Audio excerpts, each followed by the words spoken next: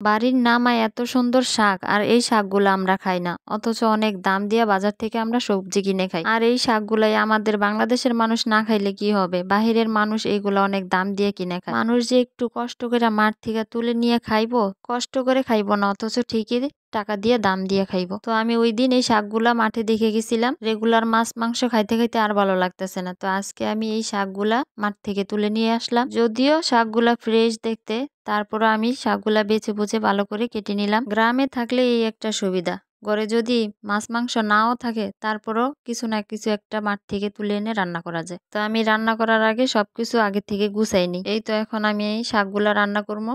শাকগুলা রান্না করার জন্য পেঁয়াজ, রসুন, আদা আর শুকনা মরিচ তেলে দিয়ে দিলাম। তো শাকগুলো আবার তেলের মধ্যে দিয়ে দিতেছি। তো আমি শাকগুলা বেশিক্ষণ রান্না করবো না, বেশিক্ষণ রান্না করলে দেখা যায় শাকটা লাল হয়ে যায়, আর লাল হয়ে গেলে শাকের কোনো স্বাদই থাকে না। তো আমি সবুজ সবুজ থাকতেই শাকটা নামাই নিলাম। সো আল্লাহ হাফেজ, সবাই ভালো থাকবেন।